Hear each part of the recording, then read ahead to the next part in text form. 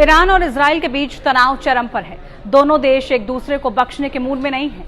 Iran भी Israel पर हमलावर है। सीरिया की राजधानी दमिश्क में ईरानी वाणिज्य दूतावास पर इजराइल के हमले के बाद से दोनों देशों के बीच ये तनातनी देखने को मिल रही है।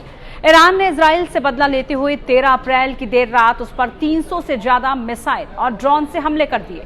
हालांकि इजराइल का दावा है कि उसने ईरान के हमलों को विफल कर दिया है। अब इजराइल ने ईरान से बदला लेते हुए उस पर हमला बोल दिया है।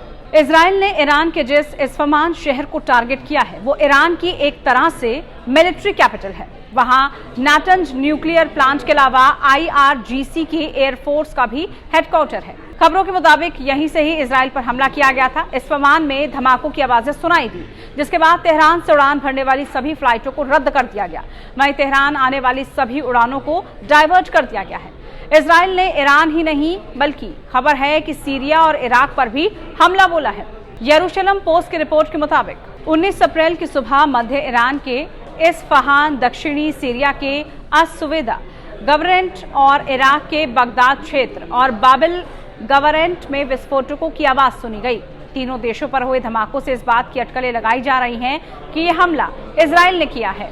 हालांकि 19 अप्रैल की सुबह इराक और ईरान में विस्फोटकों या उसके चलते हुए किसी नुकसान की कोई आधिकारिक पुष्टि नहीं हुई थी।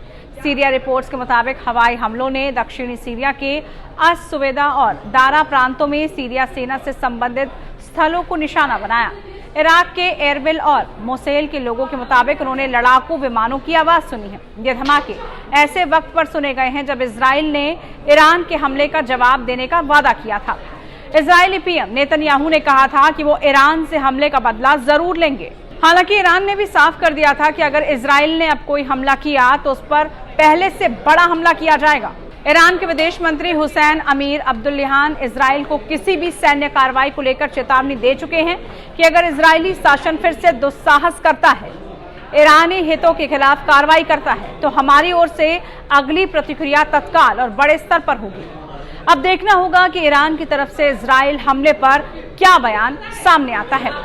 बता दें कि पिछले दिनों सीरिया की राजधानी दमिश्क में ईरानी वाणिज्य दूतावास पर हवाई हमला हुआ था, जिसमें ईरान के 2 जनरलों समेत इस्लामिक रेवोल्यूशनरी गार्ड कॉर्प्स के 13 लोग मारे गए थे। अब देखना होगा कि ईरान और इजराइल के बीच ये जंग कहां जाकर थमती है। आपको ये वीडियो कैसी लगी जरूर बताइए। साथ ही इस तरह की तमाम वीडियोस के लिए आप देखते रहिए टाइम्स नाउ भारत डिजिटल। नमस्कार।